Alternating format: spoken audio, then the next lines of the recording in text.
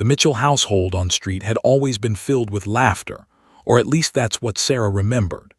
The two-story colonial with its white picket fence and manicured lawn was the kind of home that looked perfect from the outside, the kind of place where neighbors would comment on how fortunate Sarah was to have such a loving family. But Sarah was beginning to understand that perfection was just an illusion, a carefully constructed that concealed the cracks forming beneath the surface. It started with the small things. Sarah's father, Michael, would come home later and later from his job at the marketing firm downtown, his tie loosened, his expression weary. Her mother, Rachel, would greet him with forced cheerfulness that didn't quite reach her eyes. They would sit together at dinner, Sarah, her parents, and Max, their golden retriever, but the silence between Michael and Rachel was deafening. Sarah would watch them carefully, noticing how they barely looked at each other, how their conversations consisted of logistics about bills and schedules rather than genuine connection. She'd catch glimpses of her mother crying in the kitchen late at night, thinking everyone was asleep, her shoulders shaking silently as she stared out the window into the darkness. Michael had always been a demanding father. He expected excellence in everything Sarah did. Her grades had to be perfect, her extracurricular activities prestigious, her appearance impeccable. "People judge you by what they see," he would tell her firmly, adjusting her collar or frowning at a smudged pencil mark on her homework. Rachel, in contrast, was nurturing and gentle. She would bake cookies with Sarah on Sunday afternoons, help her with art projects, and sit with her for hours listening to her troubles. The two had always shared a special bond, and Sarah felt safe in her mother's presence in a way she never quite did with her father. But lately, even that sanctuary was disappearing. Sarah noticed her parents arguing more frequently, their voices rising behind closed bedroom doors. She'd press her ear against the wall, trying to decipher the heated words. "You're controlling," she heard her mother say once. "You're turning her into someone she isn't." Her father's response was swift and harsh. "I'm preparing her for the real world. Unlike you, I understand what it takes to succeed." These conversations terrified Sarah more than she could express. Max had always been her anchor. The golden retriever had arrived as a puppy when Sarah was 6 years old, a birthday gift that changed her life. She remembered the exact moment she saw him, a ball of golden fur with endless energy and eyes full of unconditional love. While her father was at work and her mother was managing household affairs, Sarah and Max were inseparable. They would run through the backyard together, play fetch until they were both exhausted, and curl up together on the living room couch to watch movies. Max didn't judge her for her mistakes or demand perfection. He loved her simply because she existed. When her parents fought, Sarah would hold Max close, and somehow his steady heartbeat and warm fur made everything feel manageable. Then came the day that changed everything. It was a Thursday evening in March, and Sarah was doing her homework at the kitchen table when her mother called her into the living room. Her father was already there, standing by the fireplace with his arms crossed. Her parents exchanged a look heavy with resignation and sadness. Sarah's stomach immediately clenched with dread. She knew, somehow, what was coming before anyone spoke. "Sweetheart, we need to talk to you about something very important," Rachel began, her voice trembling. She sat on the couch and Sarah noticed her hands were shaking. Michael remained standing, his face an unreadable mask. "Your father and I have decided that it's best for everyone if we stop living together. We're going to get a divorce." The word hung in the air like a bomb that had been detonated. Divorce. Sarah had heard the word before, had classmates whose parents were divorced, but it had always felt like something that happened to other people, not to her. Not to the Mitchells with the perfect house and the perfect family portrait on the mantel. "We still love you very much," Michael added, his tone clinical and detached as if he were reading from a script. "This has nothing to do with you. Your mother and I have simply grown apart. We want different things." Different things. Sarah's mind reeled. What things could be worth destroying their entire family? She felt tears burning in her eyes but refused to let them fall. She was 12 years old, too old to cry like a baby, or so she'd been taught. She looked at her mother, whose face was wet with tears, and then at her father, whose expression hadn't changed at all. "When?" Sarah asked, her voice barely a whisper. "Your father will move out this weekend," Rachel said, reaching out toward her daughter. Sarah pulled back, unable to process the physical comfort. Her mind was spiraling. This weekend. That meant days, not weeks or months. It meant her father's things disappearing from the house. It meant waking up in a home that would never feel the same again. Over the next few weeks, Sarah watched her family disintegrate in real time. Lawyers were hired. Documents were signed. The peaceful, if strained, household she had known was replaced with tension and conflict of a different kind. The kind that involved bitter words exchanged through attorneys and heated phone conversations that lasted late into the night. Her mother's eyes became permanently red-rimmed. Her father seemed angry all the time, as if the world had wronged him rather than the other way around. Sarah began to retreat. She stopped attending her piano lessons, claiming she didn't want to continue. She declined invitations from friends to come over after school. She spent most of her time in her room with Max, who seemed to sense that something fundamental had shifted in their world. The dog would rest his head on her lap for hours, his brown eyes watching her with a kind of ancient understanding, as if he alone comprehended the depth of her pain. Then came the custody battle. It started with reasonable discussions about visitation schedules, but quickly devolved into something uglier. Michael hired an aggressive attorney who painted Rachel as an uninvolved, negligent mother. Rachel fought back, describing Michael's controlling nature and emotional coldness. Sarah found herself caught in the middle, pulled between two people she loved who now seemed determined to destroy each other. At school, Sarah's teacher noticed her distraction. Her grades, which had always been exceptional, began to slip. She lost weight. She seemed to move through her days like a ghost, present but not really there. Her best friend Emma noticed that Sarah had become withdrawn and distant, and when Emma asked what was wrong, Sarah couldn't find the words to explain the chaos that had taken over her life. The worst part was the fear. Every time her father picked her up for visitation, Sarah felt a knot of anxiety in her stomach. She didn't know what he wanted from her, what he expected. She sensed that somehow she was supposed to take a side to prove her loyalty, to help win whatever battle her parents were waging. But she didn't know how. Max became her refuge. When she was with him, wrapped in his unconditional love, Sarah could almost pretend that everything would be okay. But even that comfort was tinged with fear. What if her father tried to use Max against her? What if he took the dog away? These thoughts kept her awake at night, her heart racing in the darkness.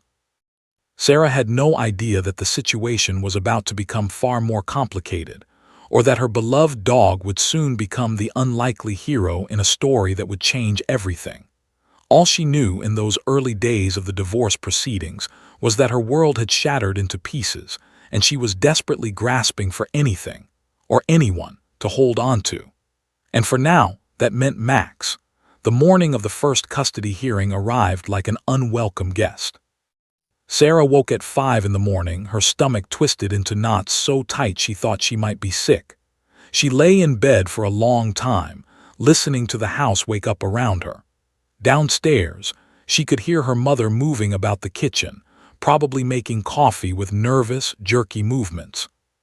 Sarah had stayed the night at her mother's house, as per the temporary custody arrangement, and today she would have to testify about her life, her feelings, her family, all in front of a judge and a courtroom full of strangers. She got out of bed and went to Max. The golden retriever was sleeping at the foot of her bed, as he had been every night since her father moved out. His ears perked up at her movement, and he immediately padded over to her, pressing his head against her leg in that way he had of offering comfort without demanding anything in return. Sarah buried her face in his soft fur, breathing in his familiar scent, wishing desperately that she could stay like this forever, frozen in this moment, never having to face what was coming. By 8 in the morning, Sarah was dressed in the outfit her mother had carefully selected, a navy blue dress with white tights and polished black shoes. "You want to look neat and put together," her mother had said carefully, clearly trying to strike a balance between wanting Sarah to look her best and not wanting to make it obvious that they were trying too hard. Rachel herself was wearing a professional gray suit with minimal jewelry, her dark hair pulled back in a neat ponytail. She looked exhausted, worry lines etched around her eyes. The courthouse was an imposing brick building downtown, all hard angles and stern architecture. Sarah felt incredibly small as she walked through the heavy wooden doors, holding her mother's hand tightly. The hallway was bustling with people, lawyers in dark suits speaking urgently into their phones, other families navigating their own crises, security officers standing at attention. The noise and movement made Sarah's head spin. Her father was already there, waiting near the courtroom entrance. He was dressed in an expensive three-piece suit, his hair perfectly styled, his expression severe. He looked nothing like the man Sarah used to know, or perhaps he always was this man, and she had just been too young to see it clearly. When his eyes landed on Sarah, something flickered across his face, and he moved toward them with apparent warmth. "Sarah, sweetheart," he said, reaching out to embrace her. Sarah stiffened, and her mother's hand on her shoulder tightened protectively. "I'm so glad you're here. Remember what we talked about. Just be honest with the judge. Tell him the truth about how things really are." The truth? Sarah's mind reeled. What was the truth? She didn't even know anymore. She had tried so hard to make sense of the conflicting narratives her parents presented. According to her father, her mother was negligent and emotionally unavailable. According to her mother, her father was controlling and manipulative. Neither description matched the parents Sarah actually knew, yet both of them felt partially true. "Come on, Sarah," her mother said gently, pulling her away from her father and toward the courtroom doors. "The judge is ready to see us." The courtroom was exactly as intimidating as Sarah had feared. High ceilings, imposing wooden furniture, the judge's bench elevated above everything else like a throne. The room smelled of old wood and formality. There was an American flag in one corner and various official-looking seals on the walls. Sarah felt the weight of the space pressing down on her, making it hard to breathe. Judge Henderson was already seated at the bench, reviewing documents. She was a woman in her late 50s with steel-gray hair pulled into a bun and glasses perched on her nose. Her expression was neutral, professional, revealing nothing of what she might be thinking. Sarah had heard her mother describe the judge as fair but strict, which didn't make her feel any better. Fair could still mean that the judge believed her father's lies. Michael's attorney, a sharp-featured man named David, sat at the prosecution table looking confident and aggressive. He wore an expensive suit and had the bearing of someone who won cases regularly. Beside him sat Michael, looking appropriately concerned and wounded. Rachel's attorney, a woman named Susan Martinez who seemed kind but nervous, sat at the defense table with Rachel. Sarah noticed how visibly anxious her mother looked, while her father appeared almost calm, collected. The proceedings began with opening statements. David spoke smoothly about parental responsibility and the importance of structure and discipline in a child's life. He painted a picture of Rachel as someone who indulged Sarah too much, who didn't set appropriate boundaries, who was essentially checking out of her parental responsibilities. He spoke about Michael's successful career, his dedication to Sarah's achievement, his involvement in her education and extracurricular activities. "This is a case about which parent is better equipped to provide Sarah Mitchell with the guidance and structure she needs to thrive," concluded, his voice dripping with practiced confidence. Susan Martinez stood to give her opening statement, and Sarah could see her hands trembling slightly as she gripped the edge of the table. She spoke about Rachel's deep emotional connection to Sarah, her involvement in every aspect of her daughter's life, her commitment to Sarah's overall well-being, not just her academic achievement. She mentioned Michael's controlling behavior, his obsession with perfection, his tendency to use achievements as weapons rather than celebrate genuine growth. But even as her mother's attorney spoke, Sarah felt a sinking sensation in her chest. Words seemed inadequate, insufficient to capture the complex reality of her family situation. How could words explain the feeling of suffocation she got when her father demanded excellence, or the deep safety she felt in her mother's arms? How could a courtroom, with all its rules and formality, possibly understand the nuances of love and family? Then came the moment Sarah had been dreading. The judge looked directly at her and said, "Sarah Mitchell, please take the stand." Sarah's legs felt weak as she stood and walked toward the witness box. Her hands were shaking so badly she almost dropped the Bible as she was sworn in. She could feel everyone's eyes on her, her parents, the attorneys, the judge, the court reporter. It felt like millions of eyes, watching, judging, waiting for her to say something that would determine the course of her life. The judge asked her some preliminary questions to establish her comfort level, her age, her understanding of the proceedings. Sarah answered in whispers, barely audible. She could hear her own voice wavering, betraying her terror. Then Michael's attorney stood up. David approached her with a carefully constructed smile that didn't reach his eyes. He held a stack of papers, and Sarah's heart began to race. She recognized some of those papers. They were school assignments, pictures, documents about her various activities and achievements. "Sarah, I'd like to ask you some questions about your life," began. "How much time do you spend with your mother during the week?" Sarah's mouth went dry. She tried to answer honestly, but the words came out jumbled and confused. As she spoke, interjected with leading questions, painting each answer in a specific direction. When Sarah mentioned that her mother sometimes let her stay up late to finish homework, pounced. "So your mother doesn't maintain appropriate bedtimes, doesn't enforce healthy sleep schedules?" No, that wasn't what she meant.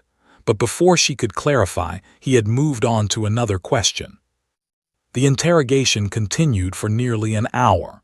Each question was designed to make her mother look bad, to suggest negligence or emotional distance. Sarah felt trapped, unable to communicate the truth she was experiencing. She glanced back at her mother, who looked devastated, tears streaming down her face. When Susan Martinez cross-examined Sarah, she asked gentler questions about her relationship with her mother, about moments when Rachel had comforted her or supported her. But by then, Sarah was so exhausted and emotionally drained that her answers came out flat and unconvincing, even though they were true. By the time Sarah was released from the stand, she felt hollowed out, used, and profoundly confused about what had just happened. She had tried to tell the truth, but it seemed like the truth didn't matter in this place. What mattered was rhetoric and persuasion, strategic questioning, and carefully constructed narratives. As she walked back to her mother's side, she couldn't shake the feeling that the judge was already leaning toward her father's version of events. And she was right. Retrier, the first coaching session, happened 3 days after Sarah in court. She arrived at her father's apartment for her scheduled visitation on a Friday evening, and Michael greeted her at the door with unusual intensity. His new place was sparse and sterile, nothing like the warm family home they'd left behind. It smelled of cleaning products and silence. There were no photographs on the walls, no personal touches. It looked like a hotel room rather than a home. "Come here, Sarah," Michael said, his voice carrying that particular tone that made Sarah's stomach clench with anxiety. It was the voice he used when he was about to criticize something she'd done, or when he wanted her complete attention and cooperation. She followed him into the small dining area, where he had set up a recording device on the table, a digital voice recorder that looked professional and intimidating. "Sit down," he instructed, pulling out a chair. Sarah sat, her backpack still on her shoulders. Michael remained standing, looming over her with his arms crossed. "I need to talk to you about something very important, something that will determine whether you stay with your mother or whether you can be with me more often." Sarah's heart began to race. She wanted to be with her father. That's what children were supposed to want, wasn't it? But something in his expression frightened her. This wasn't the conversation of a loving parent. This was something else, something darker and more calculated. The judge is going to make a decision about where you live, Michael continued, beginning to pace back and forth in front of her like a lawyer preparing a case. And that decision is going to be based partly on what you say. Do you understand? Sarah nodded mutely. Your mother isn't equipped to take care of you properly, he said, his voice taking on a rehearsed quality as if he were reading from a script. She doesn't cook for you. She lets you stay up too late. She doesn't push you to be the best version of yourself. She's selfish and lazy, and she's using you to try to control me. Sarah wanted to protest. Her mother made them dinner almost every night. Sure, sometimes it was simple pasta or a sandwich, but it was always made with love. And the late nights were usually when her mother was helping her with homework or they were working on art projects together. These weren't signs of negligence, they were signs of connection. But Sarah said nothing. She had learned long ago that contradicting her father never went well. I need you to tell the judge about these things, Michael said, stopping directly in front of her. I need you to be honest about how your mother has been neglecting you. Are you willing to do that? Sarah began, but the words wouldn't come. Michael's expression hardened. What I'm asking is very simple, Sarah. Are you willing to tell the truth? There it was again, the word truth. But Sarah's mind was a confused tangle. She knew her mother loved her. She knew her mother took care of her. So how could she say these things that weren't true? I don't know, Sarah whispered.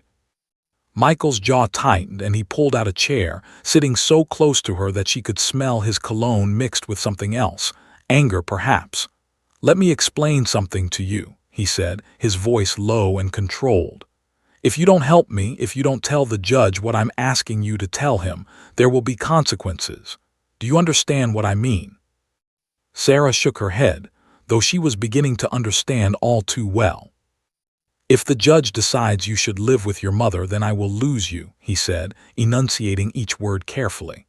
And if I lose you, if I don't get to see you regularly, then I won't be able to afford to keep Max. Dogs are expensive, Sarah. I'll have to find him another home, probably a shelter. Do you know what happens to dogs in shelters? Many of them don't make it out. The blood drained from Sarah's face. Max. Her beloved Max, who had done nothing wrong, who had never hurt anyone, who existed only to love her unconditionally. The thought of him in a cold shelter, confused and frightened, possibly being euthanized, it was unbearable. She felt her throat tightening and tears began to stream down her face. No, she whispered, please don't take Max away. Then we understand each other, Michael said, his voice turning almost gentle, almost caring. I don't want to lose Max either, Sarah. I know how much he means to you. That's why I need you to help me. If you tell the judge what I'm telling you to say, if you're a good girl and cooperate, then we can all be together. Max can stay with us. Everything can be the way it was before. But everything couldn't be the way it was before. They both knew that. The family had fractured irreparably, but Sarah couldn't think clearly anymore. All she could think about was Max, and she would do anything, to protect him. Okay, she said finally, her voice broken. I'll do it. Michael nodded with satisfaction and reached over to turn on the recording device. Good. Now I'm going to ask you some questions, and I want you to answer them the way I've been telling you. Let's start with dinner. Do you eat dinner with your mother? The sessions became routine. Every weekend when Sarah visited her father, there would be at least 1 or 2 hours of rehearsal. Michael would ask her leading questions, and she would repeat the answers he wanted to hear. Tell me about the nights your mother doesn't make dinner. Tell me about the times she's too busy to help you with homework. Tell me about how much time she spends on her phone instead of with you. Each session felt like a betrayal. Each lie felt like a knife in her heart. But the thread about Max hung over everything, unspoken but ever present. Michael never had to repeat it. Sarah understood perfectly that her compliance was the only thing standing between her dog and disaster. To make matters worse, Michael began taking videos of these sessions. He would prop a phone up on the table and record Sarah reciting her practiced answers. When she stumbled over the words or showed hesitation, he would rewind and make her do it again. "You don't sound convincing enough," he'd say. "The judge needs to believe you. Make it sound natural." Sarah's anxiety grew with each passing day. She developed a nervous habit of picking at her cuticles until they bled. She couldn't sleep properly, jolting awake at night with her heart racing. At school, she couldn't concentrate. Her grades, which had always been excellent, began to decline despite her father's constant demands for perfection. Between visits with her father, Sarah would sit with Max and feel the guilt crushing her from the inside. "I'm sorry," she would whisper to the dog, burying her face in his fur. "I'm so sorry for lying about Mommy. I'm so sorry for all of this." Max would lick her face, completely forgiving, completely innocent, and Sarah would cry even harder. She tried to talk to her mother about what was happening, but the words stuck in her throat. How could she admit that she'd been lying, that she'd been coached? Part of her worried that if she told her mother, it would make everything worse. If she admitted the truth, would her father really take Max away out of spite? She didn't know, and the uncertainty paralyzed her.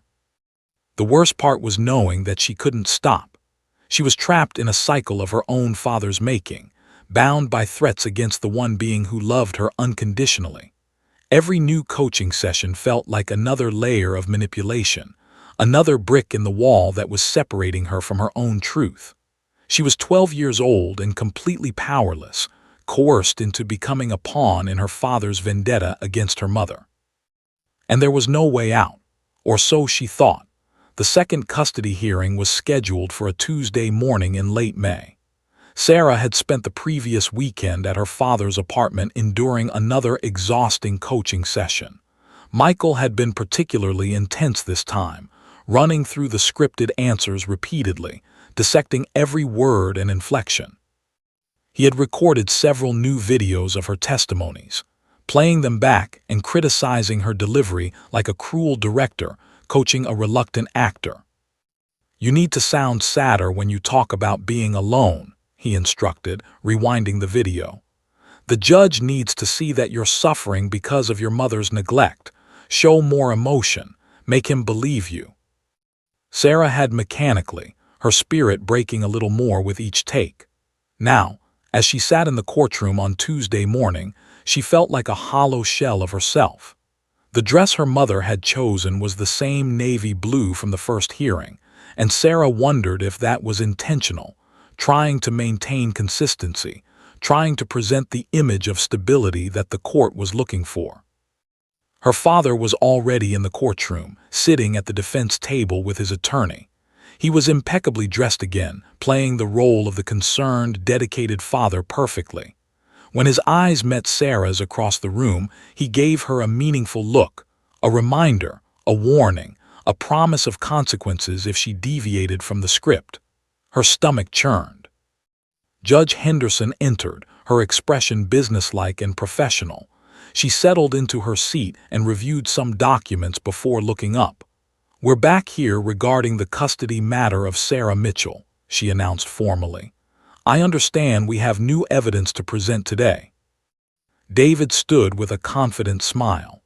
"Yes, Your Honor, we have additional testimony and documentation that I believe will further establish that Mr. Mitchell is the more suitable custodial parent."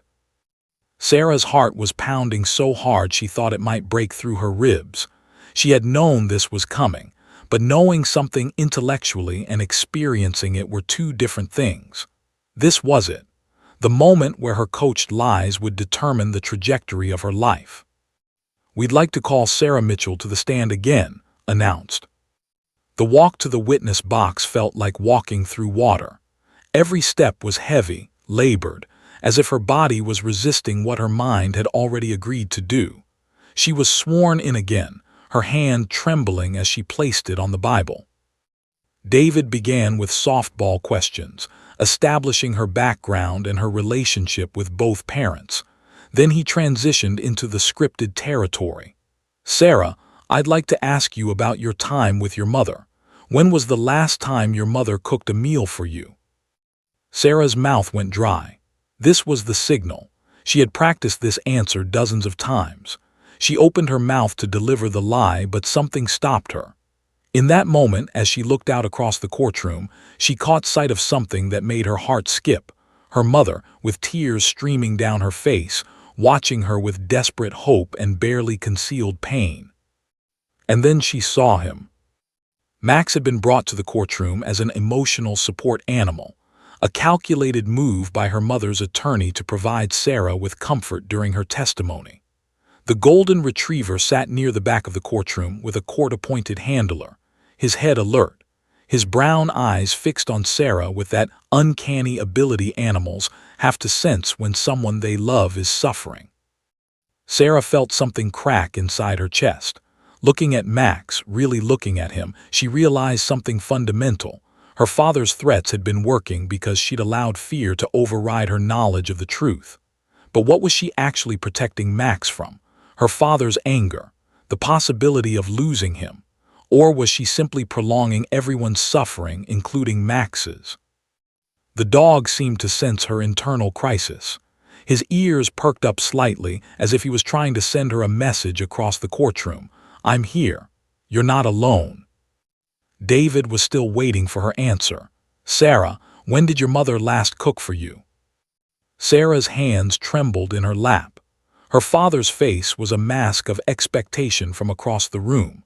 She could feel the weight of his will pressing down on her, the invisible chains he had wrapped around her heart. Then she did something that surprised even herself. With her left hand, still hidden below the edge of the witness stand where the lawyers and judge couldn't see it clearly, Sarah made a deliberate gesture. It was subtle, just her fingers moving in a specific pattern that she and Max had developed over their years together, a signal she used when she needed him to come to her, when she needed his comfort and his truth. For a moment nothing happened, then Max stood. The movement was purposeful and unhurried, as if the dog understood the gravity of what was happening. With the handler initially trying to hold him back, Max pulled forward gently but firmly, his eyes never leaving Sarah's face. He walked down the center aisle of the courtroom with the dignified bearing of someone who knew exactly what he was doing, approaching the witness stand where Sarah sat. The entire courtroom seemed to hold its breath. Lawyers exchanged confused glances.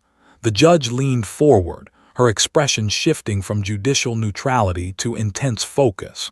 Michael's attorney started to object, but Judge Henderson raised her hand to silence him. Max placed his head directly on Sarah's lap, exactly as he had done in that first hearing. And something broke inside Sarah, not in a destructive way, but in a liberating way, like a dam shattering to release floodwaters. She began to cry. Not the controlled, performative tears she had learned to produce for her father, but real, wrenching sobs that came from deep within her chest. Her entire body shook as she wrapped her arms around Max's neck, burying her face in his fur. Judge Henderson's expression transformed. In that single moment, something shifted in her understanding of the situation. She wasn't just seeing a girl crying. She was seeing the truth written in every line of Sarah's body, every tear, every trembling breath. Years of judicial experience told her that this was no act. This was genuine anguish, real distress, the physical manifestation of internal conflict finally breaking through the surface. "Mister, I think we need to take a recess," Judge Henderson said firmly, her voice brooking no argument. She turned to the court officer. "Please allow the young lady to have a moment with her dog." Michael's face flushed red with anger. He started to stand, but Susan Martinez placed a restraining hand on his arm. His carefully constructed narrative was crumbling in real time, and he knew it. Sarah remained hunched over Max, her fingers buried in his fur, drawing strength from his unconditional presence. The signal that should have meant nothing, a simple gesture between girl and dog, had become a powerful statement of truth. In a courtroom filled with laws and procedures and legal maneuvering, it was Max's simple act of love that had cut through all the deception. Judge Henderson continued to observe, her sharp eyes taking in every detail. She noticed Michael's anger, Rachel's tears of what appeared to be recognition or relief, and most importantly, She noticed the way Sarah clung to Max as if he were the only real thing in a room full of lies. "We'll reconvene in 15 minutes, the judge announced, standing to leave the bench, "and I want to see counsels in my chambers immediately." As the courtroom began to move and shift around her, Sarah remained still, her face buried in Max's neck. In that moment, she understood that everything was about to change. The signal she had sent wasn't just to Max, it was to everyone in that courtroom, a wordless testimony to the truth that words alone could never convey. Max, sensing her distress finally easing slightly, gently licked her cheek in that way he had, as if to say, "I'm here, I see you, I believe you." And that was enough. Judge Henderson's chambers were nothing like the formal courtroom. They were warm and lined with books, with a desk cluttered with case files and family photographs. There was a comfortable seating area with a sofa and armchairs, and soft afternoon light streamed through the windows. Sarah sat on the edge of one of the armchairs, still visibly shaken, her eyes red and swollen from crying. Max lay at her feet, his head resting on her shoe, as if he refused to let her out of his sight. Judge Henderson had made an unusual decision. She had allowed Max to remain with Sarah during the preliminary investigation. Normally, such things would be conducted with strict adherence to protocol, but the judge recognized something in that moment in the courtroom that transcended procedure. She had seen genuine trauma, and she had seen the way an animal's presence seemed to be the only thing grounding this child to reality. Beside Sarah sat Dr. Michael, a court-appointed child psychologist with 15 years of experience in cases involving custody disputes and parental conflict.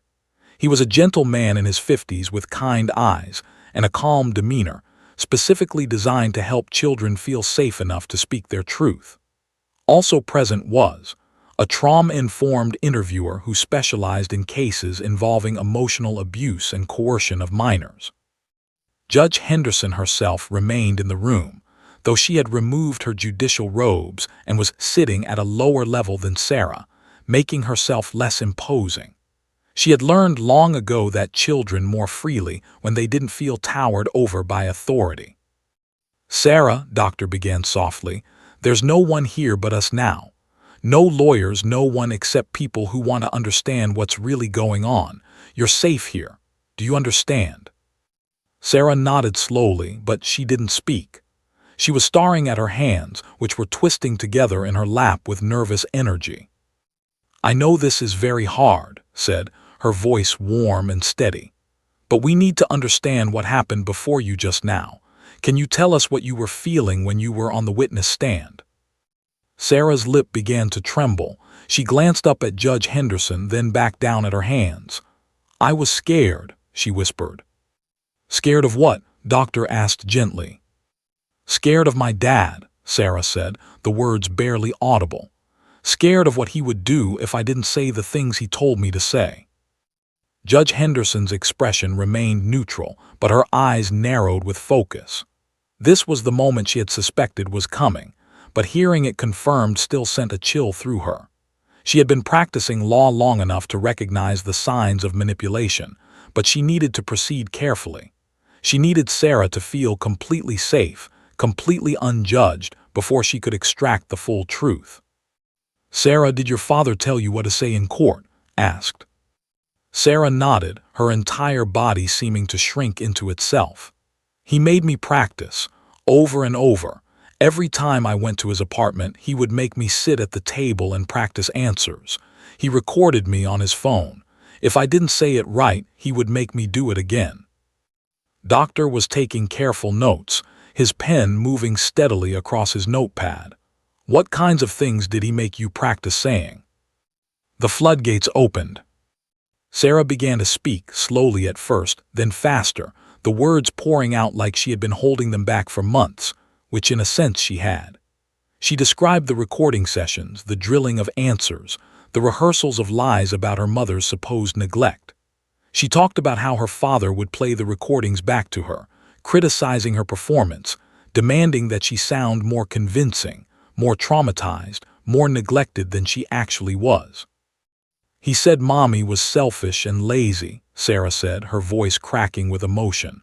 "He said she didn't cook for us and didn't care about me, but that's not true. Mommy cooks almost every night. Mommy helps me with everything. She loves me." Handed her a box of tissues and Sarah pulled several out, wiping her eyes and nose. Max shifted slightly, moving closer to her leg, providing physical comfort. "What happened if you didn't cooperate?" Judge Henderson asked, her voice gentle but intent. Sarah's entire body went rigid. She looked up at the judge with eyes full of terror, and it was clear that this was the hardest part to articulate. He said if I didn't do what he asked, if I didn't tell the judge what he wanted me to say, he would take Max away. He said he couldn't afford to keep him, and he'd have to take him to a shelter. He said dogs die in shelters. The room fell silent. Doctor stopped writing and looked up from his notepad. Judge Henderson's jaw clenched visibly. "He used the dog as leverage," said, making sure she understood correctly. "He threatened to take Max away if you didn't lie for him." "Yes," Sarah whispered, "and I couldn't let that happen. Max didn't do anything wrong. I had to protect him." Judge Henderson stood up and walked to the window, looking out at the city below. When she turned back, her expression was hard, determined. "Sarah, I need you to know something very important. What your father did, using threats to force you to lie under oath, that's not just wrong. That's illegal. That's abuse. Do you understand?" Sarah shook her head slightly, not really understanding but sensing the gravity in the judge's voice. "Your job as a child is to be safe and loved," Judge Henderson continued. "It's not your job to protect your parents or to help them win against each other. And it's absolutely not acceptable for an adult to threaten you to make you lie. That's not parenting. That's manipulation and coercion." Doctor leaned forward. "Sarah, I'm going to ask you some more detailed questions about these coaching sessions. I want you to tell me everything you can remember. Every detail matters. Can you do that?" For the next 2 hours, Sarah provided a comprehensive account of the manipulation she had endured. She described specific phrases her father had used, the location of the recording device, the approximate dates of the sessions, the content of what she'd been forced to memorize. She explained how her father would reference the videos of her practicing, how he would critique her emotional delivery, how he had essentially turned her into a scripted performer in a custody battle that was never hers to fight. As Sarah spoke, Doctor documented everything systematically. He noted the signs of emotional abuse, the anxiety symptoms Sarah described, the sleep disturbances, the declining grades, the weight loss. He asked about her physical health, her eating habits, whether she had expressed suicidal thoughts. Sarah the last one, but she admitted to feeling hopeless, to believing that there was no way out of the situation. Explained the concept of coercion to Sarah in age-appropriate terms. When someone uses threats or fear to make you do something you don't want to do, that's coercion. And it's not your fault. You didn't do anything wrong. Your brain was trying to protect both you and someone you love. That's actually a sign of how good your heart is, even though your father was using that goodness against you. Judge Henderson made a phone call to her secretary. "I want to issue a summons for Michael Mitchell. I also want all recordings on his personal devices preserved as evidence, and I'm going to need a comprehensive psychological evaluation ordered for both parents. This case just took a significant turn." When she hung up, she turned back to Sarah. "I'm going to tell you something else that's very important.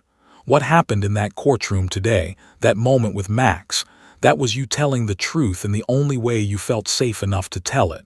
That took tremendous courage, because you chose the truth over your fear. Do you understand how brave that was?"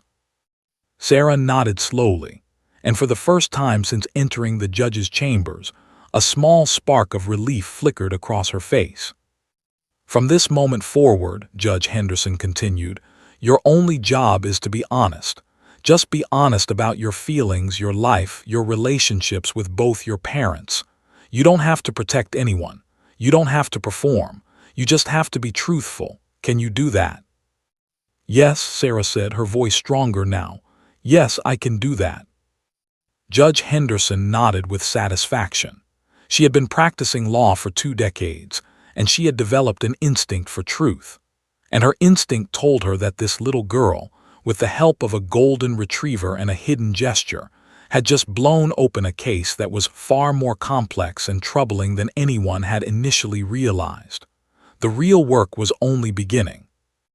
Within 48 hours of Sarah's confession in Judge Henderson's chambers, a flurry of legal activity descended upon the case like a swarm.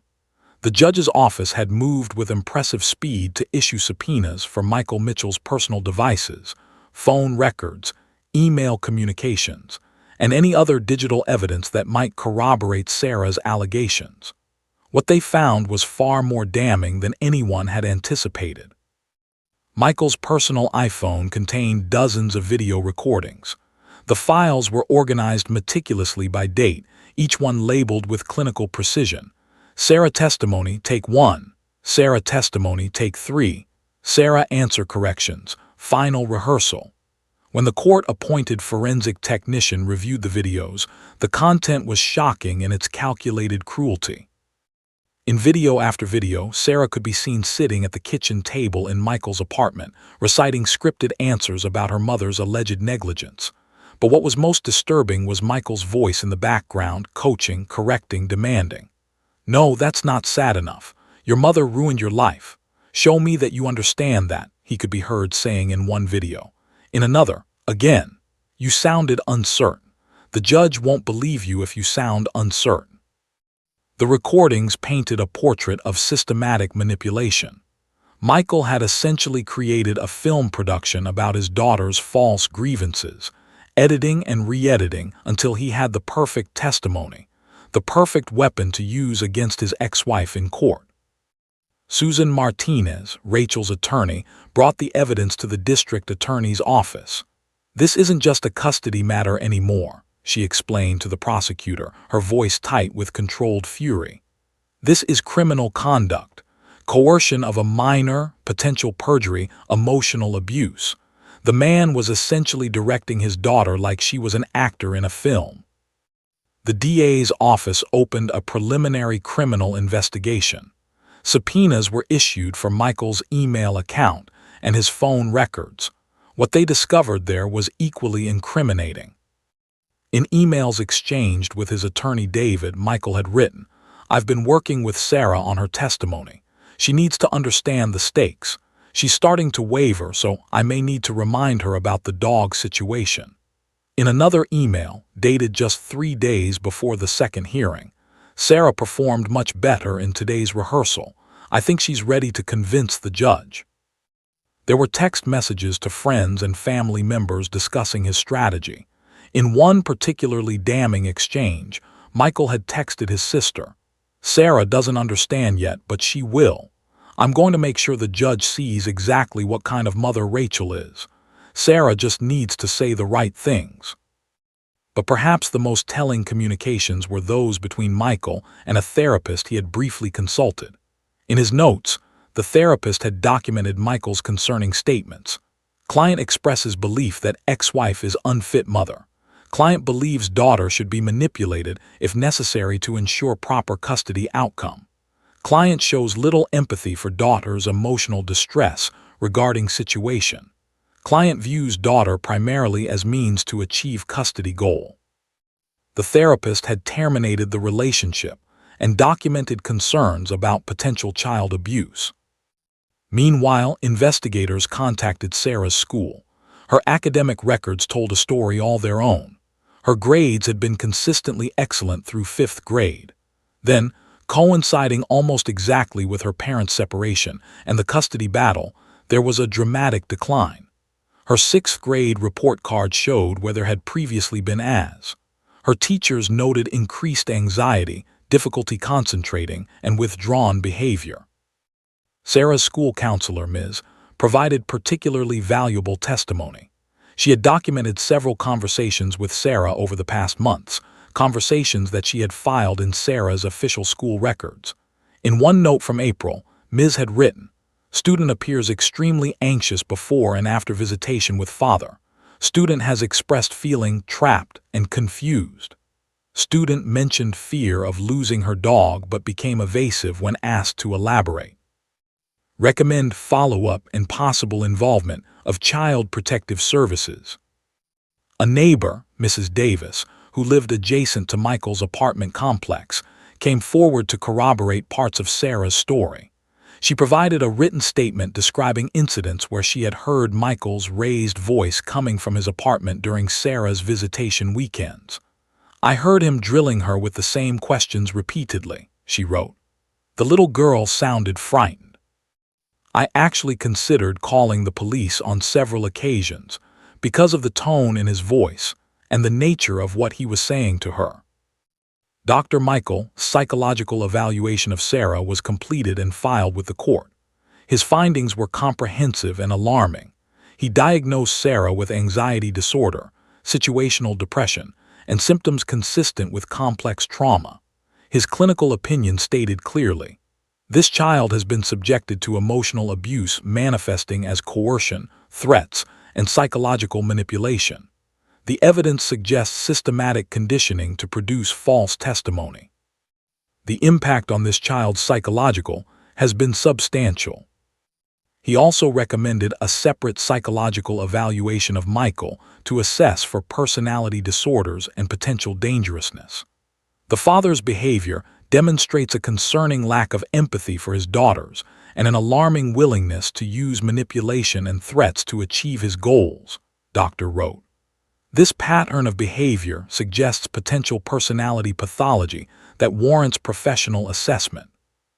When Michael's psychological evaluation was conducted by court order, the results were damning. The evaluating psychologist noted significant narcissistic traits, including an inflated sense of entitlement, lack of empathy, and a tendency to view others, including his own daughter, as tools to be manipulated. The evaluator concluded that Michael posed a potential risk for continued emotional abuse if given unsupervised custody. The timeline that emerged from all this evidence was irrefutable. The coaching sessions had begun within weeks of the separation.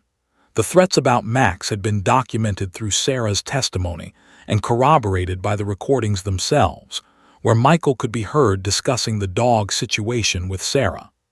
The escalation of the abuse corresponded directly with the scheduled court dates, with Michael intensifying his coaching sessions in the days leading up to hearings. Perhaps most damaging of all were the financial records that investigators uncovered. Michael had been paying his attorney substantially more than was typical, with detailed billing showing extensive client consultation sessions.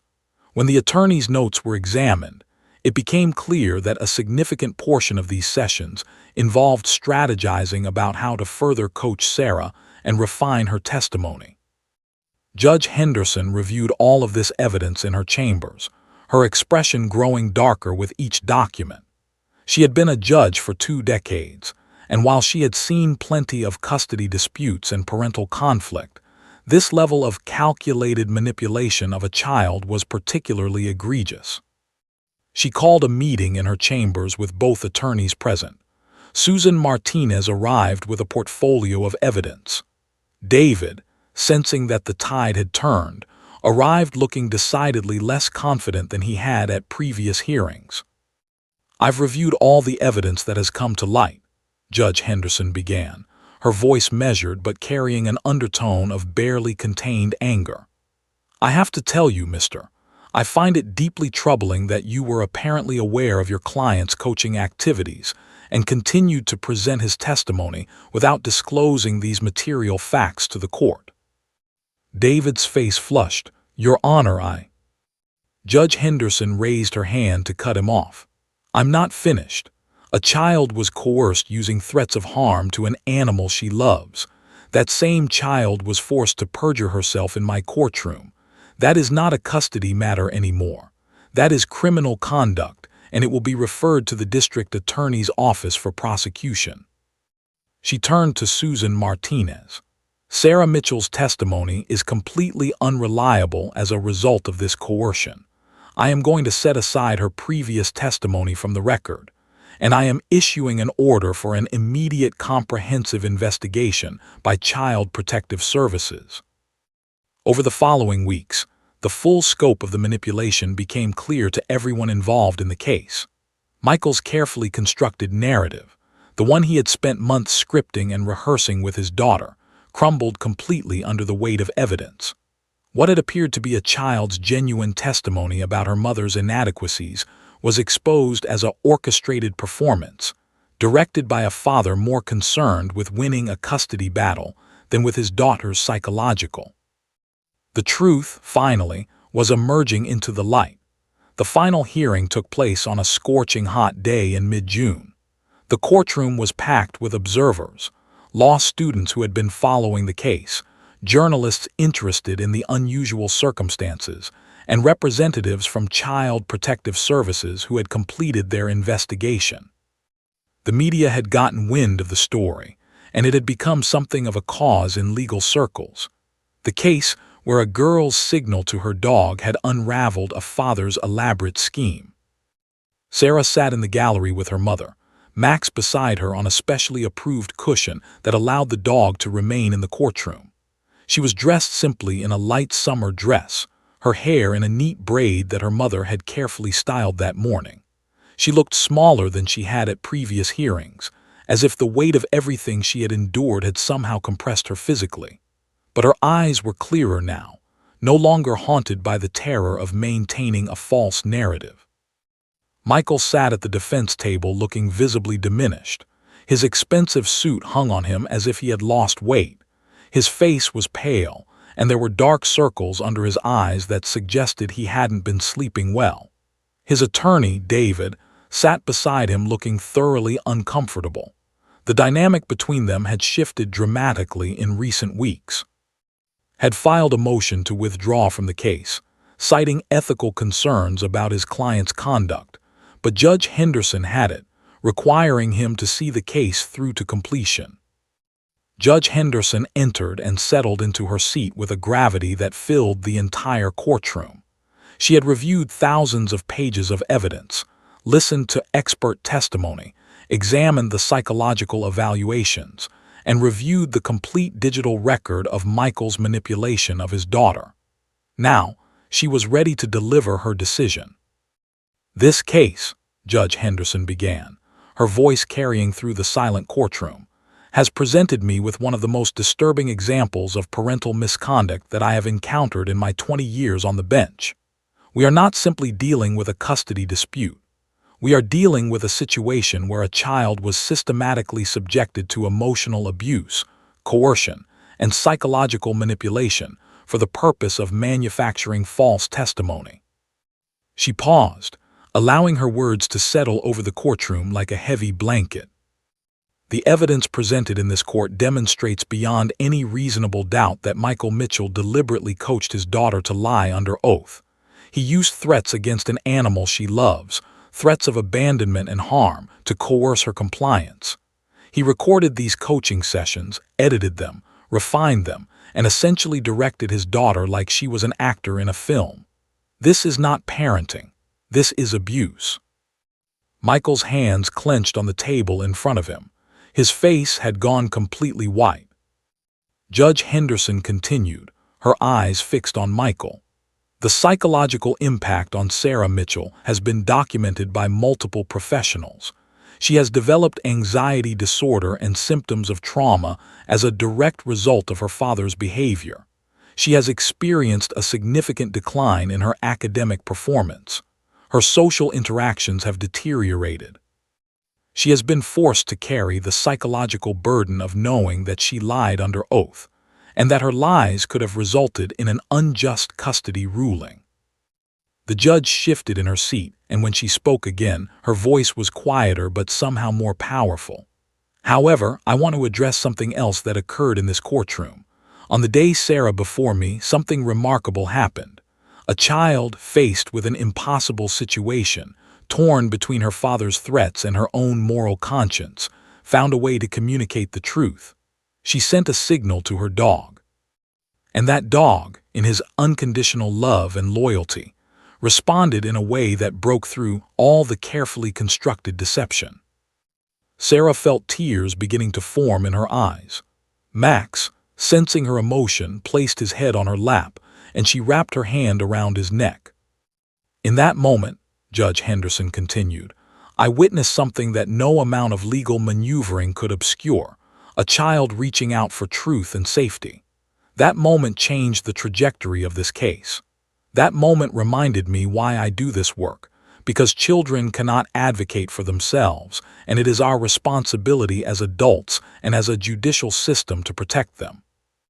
Judge Henderson raised her gavel slightly, not to strike it, but to emphasize her next words.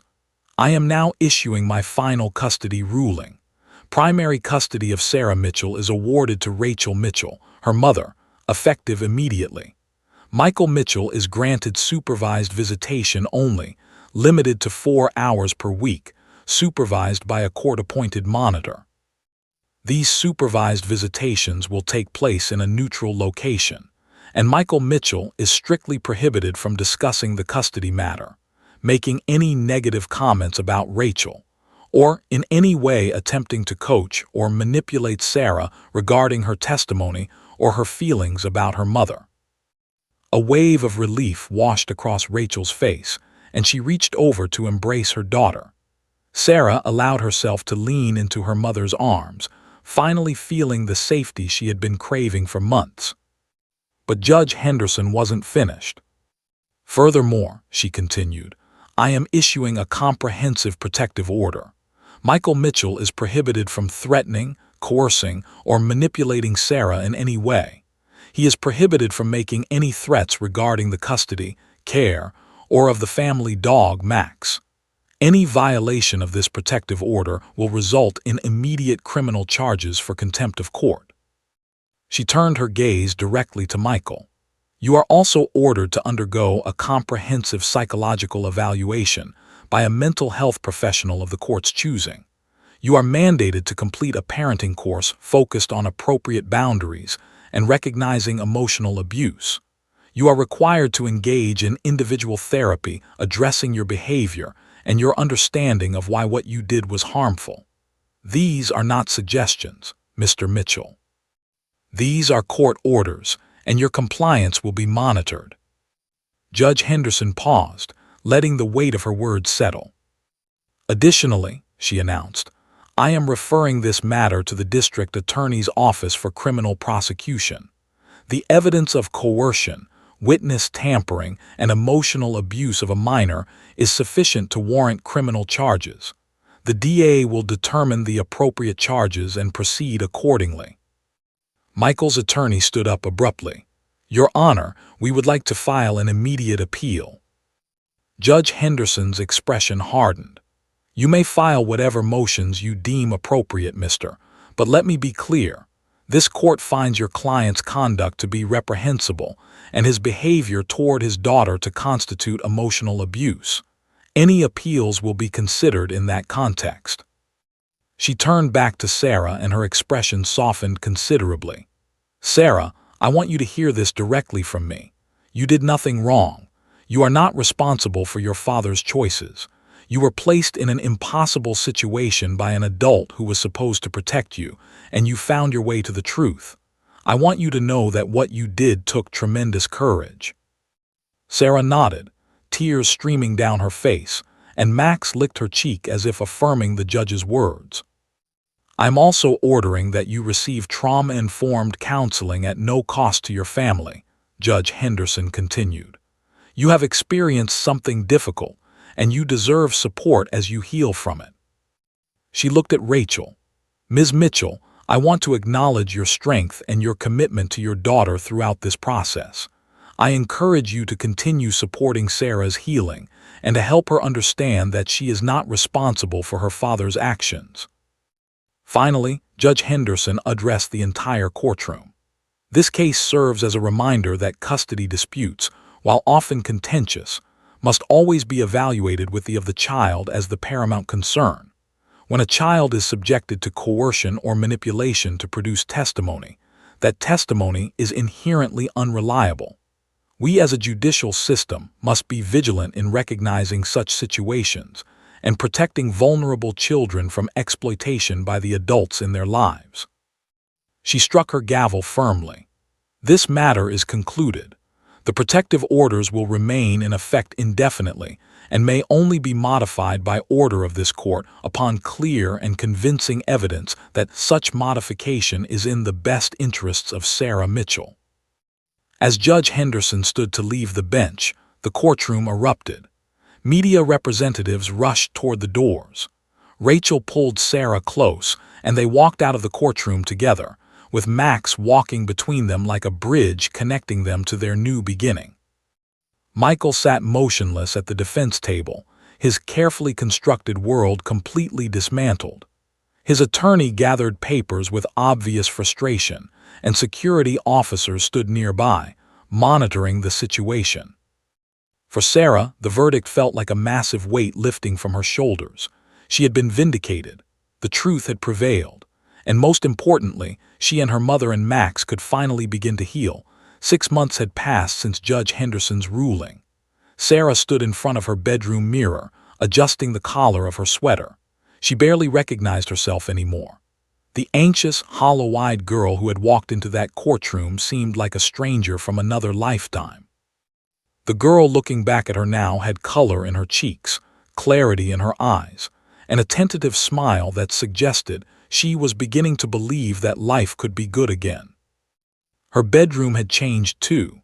It was no longer a refuge from the world, but rather a sanctuary of healing. Soft string lights hung across the ceiling.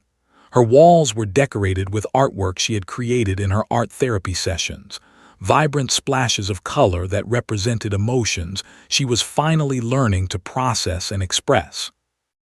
On her nightstand sat 3 things: a photograph of her, her mother, and Max at the local park, a journal where she wrote her thoughts and feelings, and a small trophy that read Courage Award that her therapist had given her to commemorate her bravery in speaking the truth. Downstairs, Rachel was preparing breakfast. Through the open window of Sarah's room, she could hear her mother humming softly, a sound that had been absent for so long that Sarah had almost forgotten what it meant to hear her mother genuinely happy. Max trotted down the hallway, his tail wagging, and pushed open Sarah's door with his nose in that way he had of announcing that breakfast was ready. "Come on, girl," Sarah said, scratching behind his ears. "Let's go eat." The kitchen smelled like fresh pancakes and maple syrup. Rachel had set the table carefully, with cloth napkins and fresh squeezed orange juice. These small rituals of normalcy that had seemed impossible 6 months ago were now the foundation of their daily life together. They sat down as a family, Sarah, Rachel, and Max, who had managed to persuade Rachel to allow him a placemat of his own under the table, and ate breakfast while discussing the day ahead. "Your therapist called to confirm your appointment this afternoon," Rachel mentioned casually. "And doctor from school wants to see you about the art program for next semester." Sarah's face brightened.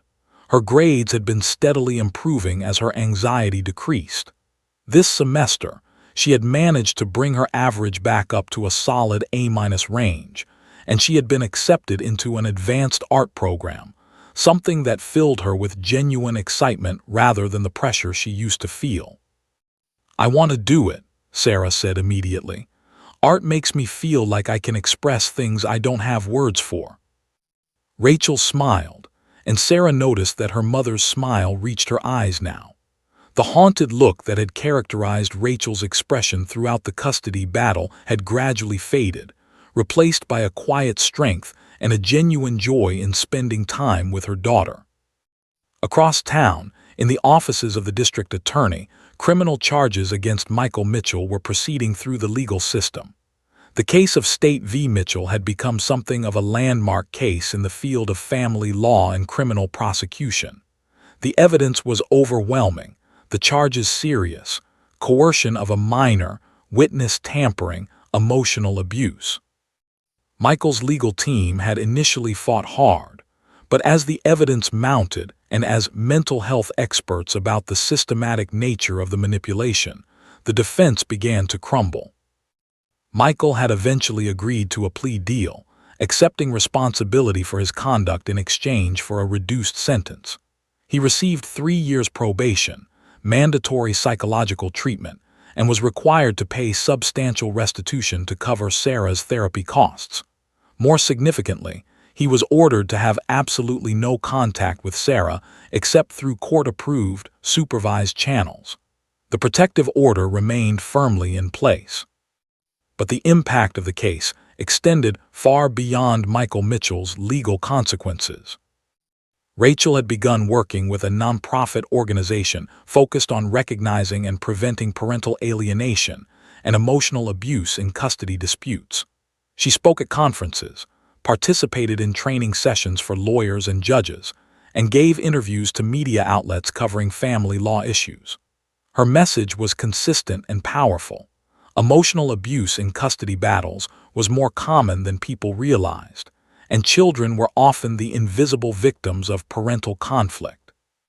"I didn't recognize what was happening to my daughter until it was almost too late," Rachel told an audience of family law attorneys at a conference in Columbus. "I was so focused on my own pain and my own legal battle that I missed the signs that Sarah was being manipulated and threatened. The truth is, children can't always articulate what's happening to them. They don't have the language or the power to stop it. They need adults to recognize the signs and intervene."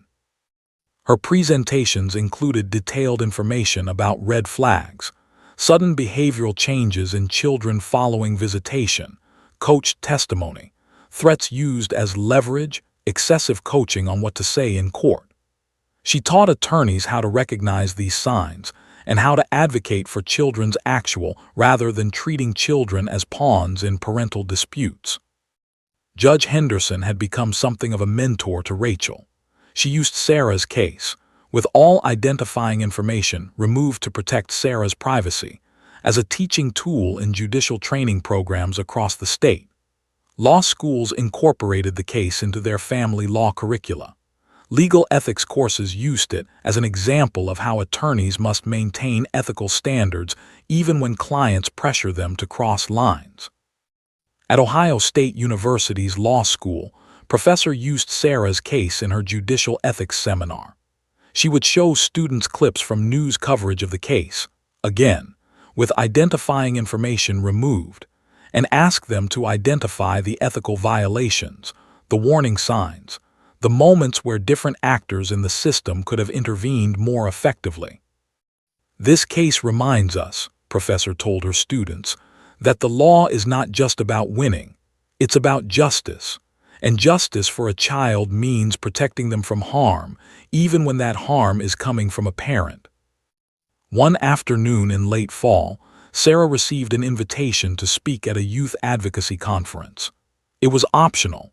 Her therapist had made clear that she should only do it if she felt genuinely comfortable sharing her story. Sarah had thought about it carefully, had discussed it with her mother and her therapist, and had ultimately decided yes.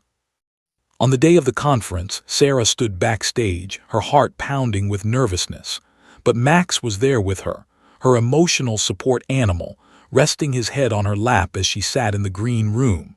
Rachel sat beside her, holding her hand. When Sarah was called to the stage, she walked out with Max by her side. She was 13 years old now, a year older and infinitely wiser than the frightened 12-year-old who had sent that desperate signal to her dog in the courtroom. She looked out at the audience, counselors, social workers, lawyers, other young people who had experienced trauma, and took a deep breath. "My name is Sarah," she began, her voice steady and clear, "and I want to tell you about the day my dog saved my life." She spoke for 20 minutes, sharing her story in age-appropriate language but without minimizing the seriousness of what had happened. She talked about the manipulation, the fear, the impossible choices she had felt forced to make. She talked about the moment in the courtroom when she decided to send the signal to Max, when she chose truth over fear. But most importantly, she talked about recovery. She talked about her therapy, about learning to recognize that none of what happened was her fault, about rebuilding her relationship with her mother, about discovering her artistic talents and her own resilience. "What I learned," Sarah told the audience, "is that sometimes the people who hurt us are people we love, and that makes it harder, it makes it confusing. but it doesn't mean we have to accept the hurt, and it doesn't mean we're responsible for fixing the adults in our lives." She paused, looking directly at the young people in the audience. If you're in a situation where an adult is trying to manipulate you or hurt you, please know that it's not your fault. And please know that there are people who will help. Teachers, counselors, judges, people who care about you and want to protect you. You deserve to be safe. You deserve to be loved without conditions. And you deserve to tell the truth. When she finished speaking, the audience stood and applauded. Sarah felt tears in her eyes, but they were healing tears. Tears of relief that she could speak her truth and be heard, that her story mattered, that her experience could help others.